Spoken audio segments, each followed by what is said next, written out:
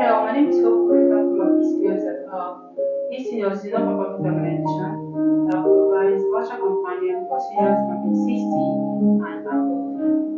Virtual companion is medically designed to support seniors emotionally and provide companionship for seniors who feel lonely and isolated from their community. This is done remotely through the usage of video chat technology. So I want to welcome you all to today's book reading section. We are reading a book from Alex Agege titled The Unexpected Dawn, Joy at Dawn. We have done several chapters, so we are going to be starting now from where we stop. Listen as I read.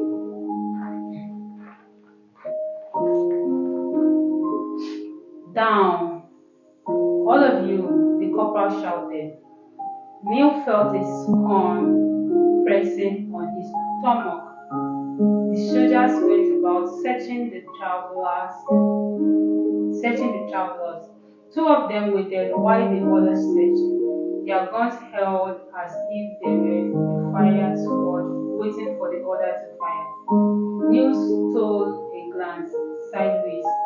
His bag contained few things, but the soldiers abandoned it. The travelers were ordered to get up. The corporal was smiling. He must have been thinking that these captives were harmless. The travelers were asked to pay a fine of 10,000 each. If they did not, they would be taken to the tribunal to be tried as dissidents.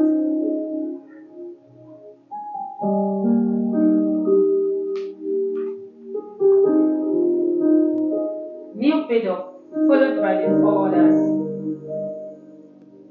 The wounded one continued mourning. The corporal walked to him, examined him for a while, and bent down to collect the wallet in his pocket. Neil wanted to protest, but the corporal shouted at him. What are you looking at? Oh, he said. They did not have to fear too anymore. They ran quickly across the border. They passed the tree and Neil looked back. The soldiers had disappeared and the money of the wounded one had ceased. He ran a short way and stopped. He was at the outskirts of Lome and was completely relieved. He knelt down and prayed. He could no more see the cassava farm. He thought about the pit. He was so told a car would soon take them to the Benin border. It was easier traveling from Benin to the Nigeria border. Neil was told by the police.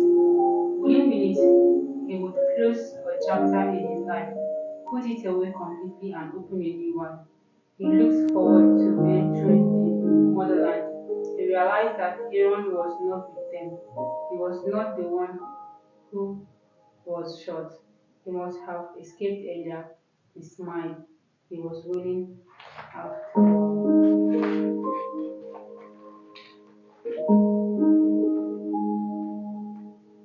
The travel from Lome to Benin was uneventful. Neil nodded to a young man with whom he had traveled from Accra. You are happy now, he said. Well, you should expect that after those anxious moments at the border.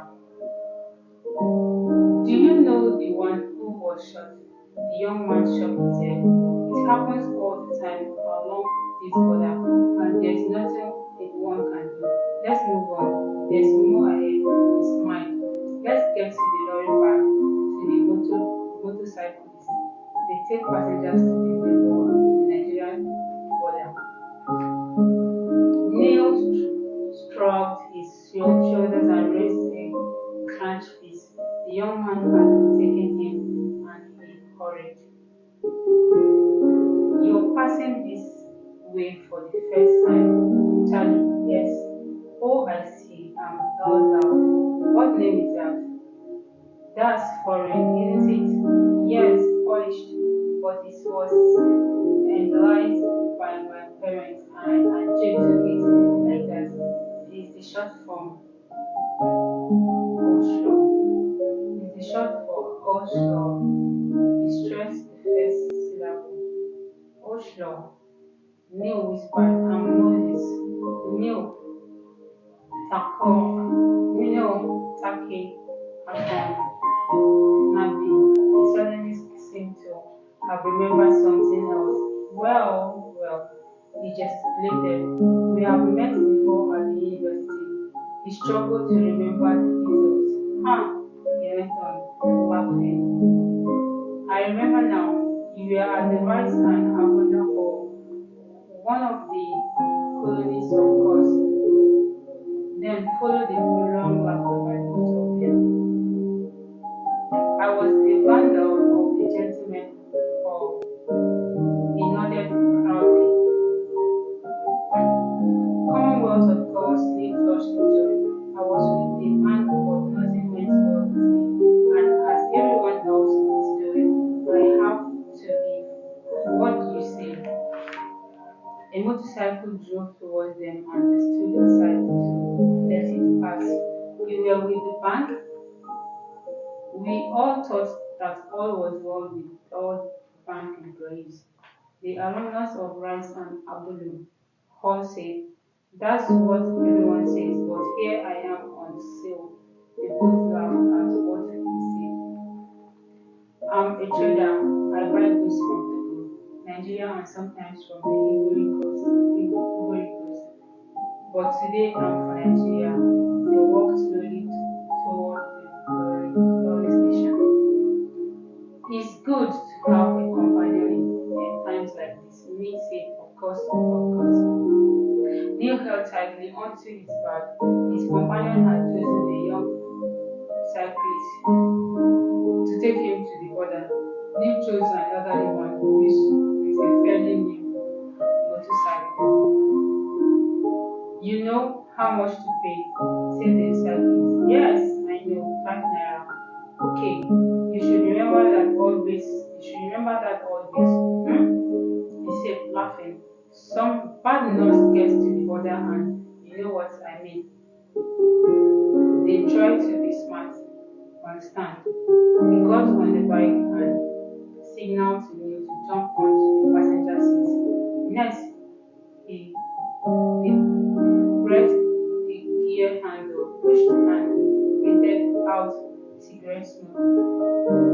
He winked at his passengers and cried, ride on, speeding off even before Neil had settled in his seat. The 15 minutes ride on the rough road wasn't pleasant and Neil had to cling tightly to his seat. This is a bush road, you see, and a pretty rough one, the rider said, trying to engage the passenger to conversation. But I know my job well. I have used the route half of my 40 years. Soon they encountered a stretch of sand, which almost overturned the circle as it skipped. Hold tight, cyclist urged the passenger, but after some time they cleared the sandy portion of the road and the circle gathered speed.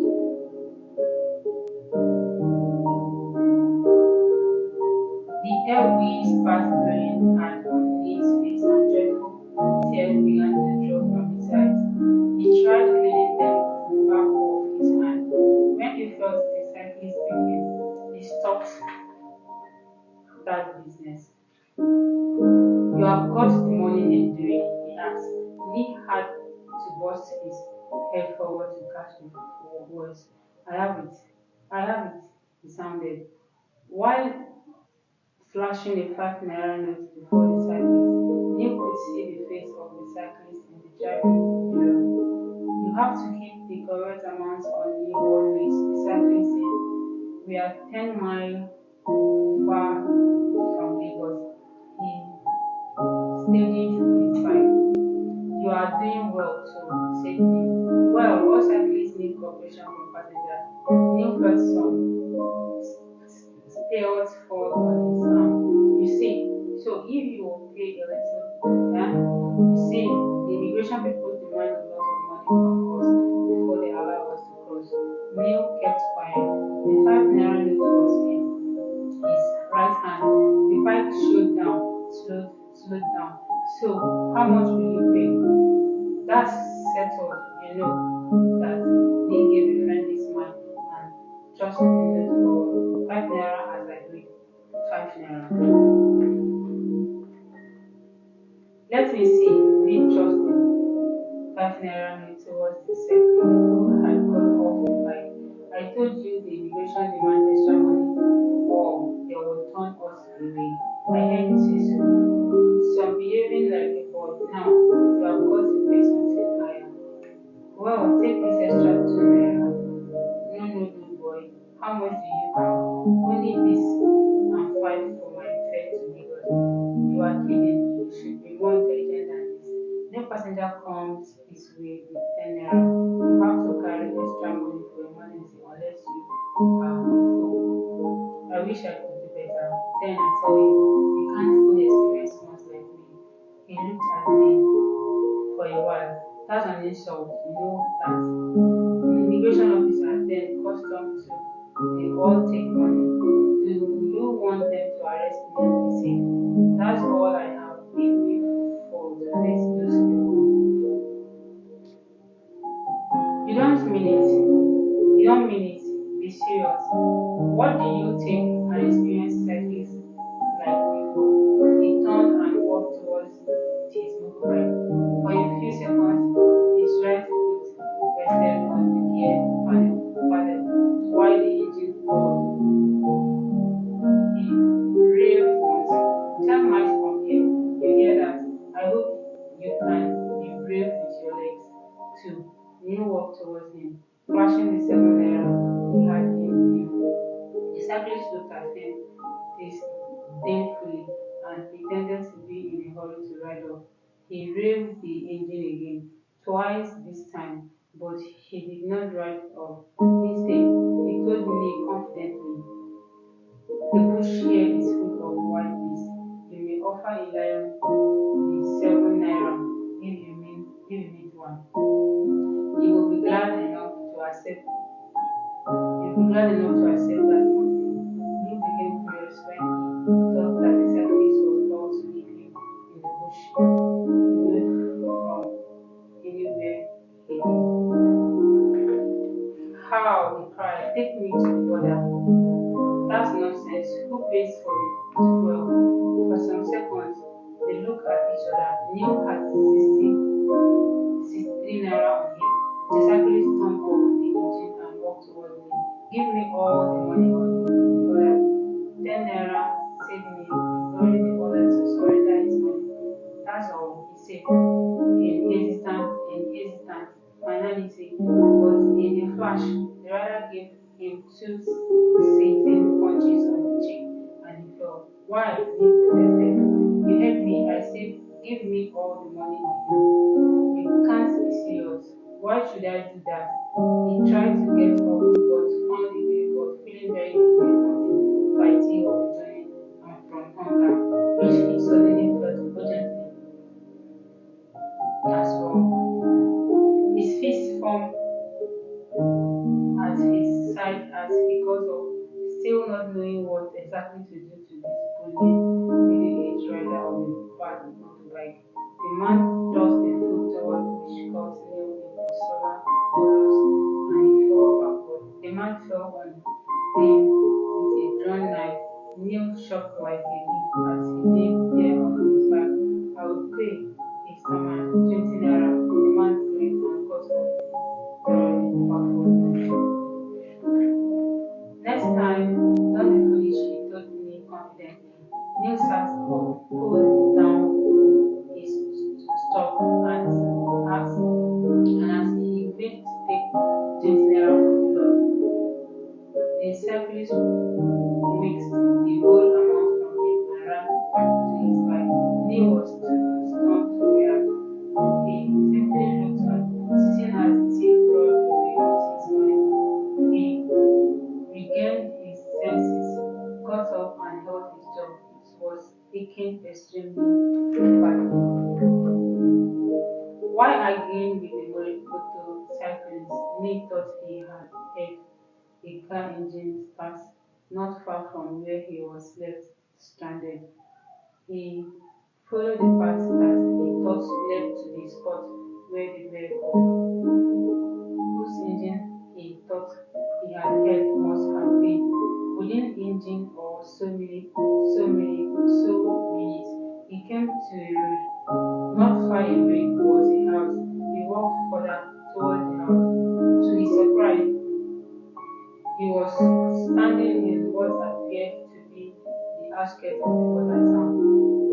He realized that he had actually crossed and come into Nigeria. He read the bold writing on the border signboard. You are leaving Nigeria. Nin needed to tell him that the motorcyclist had fooled and robbed him. The 10 miles to go story was a hoax. Nin walked into town. The road from the border was unexpected and it was very broad. The stores in the town were overflowing with assorted goods and he was longed to eat something. Oh well, he said to himself, smiled, and brushed away a fly that had for some time been trying hard to land on his nose. Soon as he was changing into new clothes and shoes, he knelt down prayerfully and slowly kissed the floor. He stayed on the floor for a while. Someone was standing over him. He turned to see who it was. Oh, Ghana, that one said to me. Me smiled. He dodged from the uniform of the man that he was a custom officer. Come, the man's voice continued. Me stood erect and brushed over the tie hanging on his chest, while loosening the nose a bit. You have a Ghanaian, aren't you? You are a Ghanaian, aren't you? Tell the truth. As Neil smiled, the man asked, what's your name? Neil, take a Moses, Akon, who, the officer said, you are Ghanaian, and he smiled and posed like an Ghana. Look at the tribal mark on my cheek, replying, oh, you speak drama. Now let's see. He held the wrist section of the knee trouser and pushed him towards the border restaurant. He was not expecting a rush, Lashibi, and 3 others there, but there they were, waiting behind the corner. What's all this? Lee asked the one holding him. I'm a Nigerian citizen like you. Why all this harassment? The immigration officer held him tightly. Look, Neil continued. What's the difference between the two of us? Color. Someone should explain things. The room to which he had been taken was not a big one. More than a dozen soldiers were moving up and down the corridor, and Neil shouted to them, hoping to get them to come to his aid, but no one came. Suddenly, the man released his hold on Neil, and he fell on the floor. Another official sitting behind the desk was attracted by Neil's fall. He sat erect and asked, what about this one? He said, he is a Nigerian. The officer who brought me to say, oh, Nigerian, get up. Be sure, can you speak any of the language of our people? Hausa, Igbo, Ishiriki, Yoruba, Fulani, or any of the 1,001 dialects in Benel State? Neil kept still. What's your name? Neil. Checking Moses Akon Nabi. That's Ghanaian. No. Perfect one. The other official smiled. Official smiled. You are every inch in Ghana's man now. Proud, ranting drama like your white one. Why do you change your citizenship? Aren't you ashamed? He got up and asked Neil and the 3 others to follow him. What shows that you are Nigerian? The man insisted. Many Ghanaians come here prophesying to be Nigerians, but some of them are smart. They learn the language, but they are not proficient. At the end of the day, we get to know the truth. You see, a car was waiting behind the long building. Neil nodded to Aaron, but remained serious. He remembered what Mother had said, promised they would never go to Nigeria. They were ordered to get inside the vehicle, parked not far from where they were meeting. It was the land rover. We are going to fry in some doggone somewhere. That was Aaron speaking as he walked towards the Land Rover. Neil and another person ordered the vehicle after the officer had ordered the captain to get on board. Neil put his head over his hand protectively.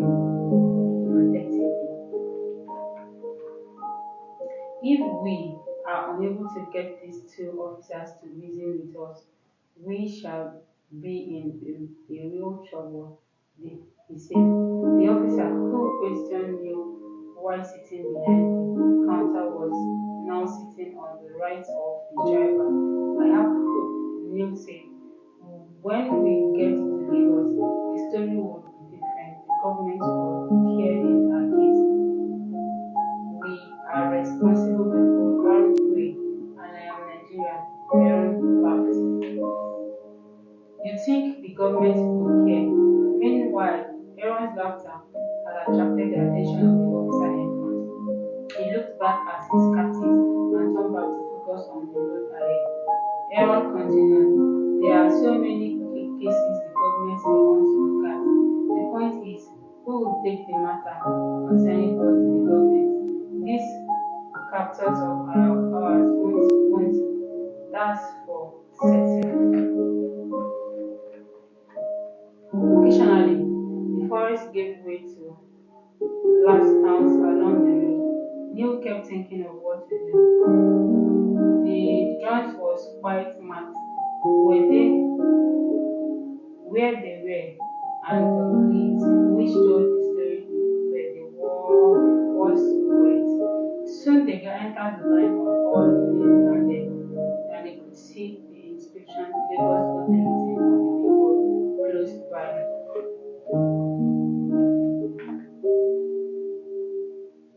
The teeming number of people crossing the road was larger than Neil had seen before, and he wondered where all the people came from and where they were going and why they were all crossing at the same time at the point. The vehicle was traveling at a slow speed now. Neil started formulating his argument. Should they be taken to a superior officer in Lagos? But Lagos was not to be the next stop after the border, as the travelers had anticipated. The outline of the building presented rather fast as the car gathered speed on the road outside Lagos. The tall trees came into view and disappeared rapidly. The air blew strongly through the small window of the vehicle. Where are you taking us? Asked me rather boldly. The officer shouted back with equal and energy. Shut up! If you were sensible, you realize the danger you have put yourself in. The officer cursed him. Fool! Idiot! He turned to the driver and they heard him ask the driver to stop the vehicle. Aaron raised his hand in triumph. If your judgment is right, why not give me a chance to explain myself? My parents were living in Ghana and were deported many years ago to Nigeria. We belong to the Orobo family, officer. They were deported for the simple reason that they were allies from Nigeria. You see, and they left me in Ghana, so I have come to look for them and stay. The vehicle stopped and he could judge that his statement had worked. He looked at Aaron, chuckled, and thrust his left thumb forward. Their hope grew when the officer alerted from and walked to the back of the vehicle. Neil read the name written on the breast of the officer, Philip. He whispered the name to himself, but Neil's expectations were not realized. The officer did not go to the back of the vehicle. The natural thing was to have asked his prisoner to explain themselves further or simply to let them go at this point. But he hesitated as if unsure of something, then he simply came back into the front seat.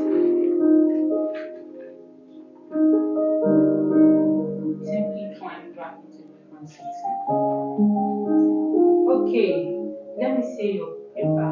Let me see your paper. You ordered name first through this card. You mean passport certificate? All of them, the officer snapped back. Neil folded the transcript that he had been carrying and passed it to the opening in the wire mesh which separated them from the front seat and from the officer. Paulo collected the document and studied it for a while. Look here, intervened an army officer who had been sitting passively by Paulo. Look into the nose of the gun. Now talk. We think you are the most important person here. We deal with so many people, not your type. You think without a Nigerian can't survive. We arrest even those who in appearance look okay, but they are allies all the same. And we arrest them and we send them to prison. Very important people. They are all in there or deported the hard way. What can we do? Bring the whole of Nigeria here to plead for you. You say, shut up, but you talk yappy, like that. Why?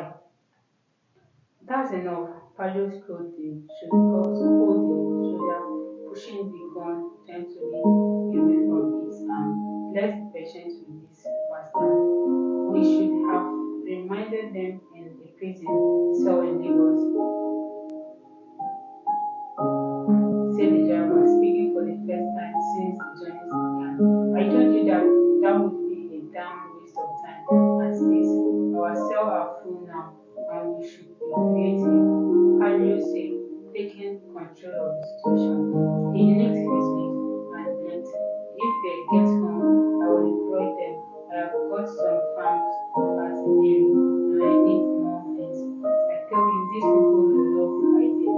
They will surely prefer that to imprisonment or even deportation back to that tiny cocoa country from which they came. I'm pretty sure I'm helping decongest the prison. You see that quite clearance and straightforward. What if they make trouble? Asked the driver. I will turn them over to the immigration. Oh, it's as simple as that. Fellow said. The large number of violence here makes it difficult for anyone to worry about their three people on the farm. I'll tell you these people would love the idea. They came here to do any work that comes their way. And if I feed them, he said, laughing now, they will be grateful and shelter too, and a guarantee against arrest. What these people are looking for is protection. So far as they find a place here in Nigeria, turning to the captive, he said, we will have much fun when we get some news came. Bello continued in a friendly voice. I'm giving you a chance. I will offer you a job. He smiled. But there is a condition. My window will be forthcoming as long as you are obedient. No one else spoke. Neil's mind wandered about. He wondered what to do to find his parents. He was not listening. He was hungry. He covered his face with his palms as the vehicle continued steadily on the road. The other man sitting with him and Aaron had not uttered a word since they started the journey. He looked at the lanes as they danced in the man's eyes. Soon it dozed off. A few people passed by occasionally. News thundered into the heart of the country without the citizenship he had dreamt of.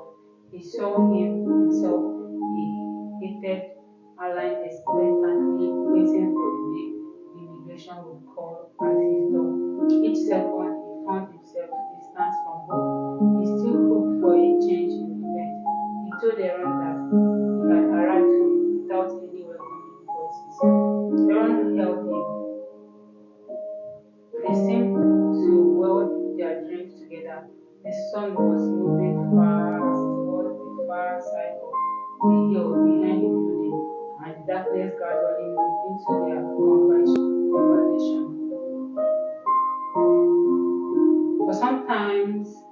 Everyone watched the skies and the golden sun's rays disappear behind the clouds. He put his head in his hands. This is where we're going to be ending today's reading section.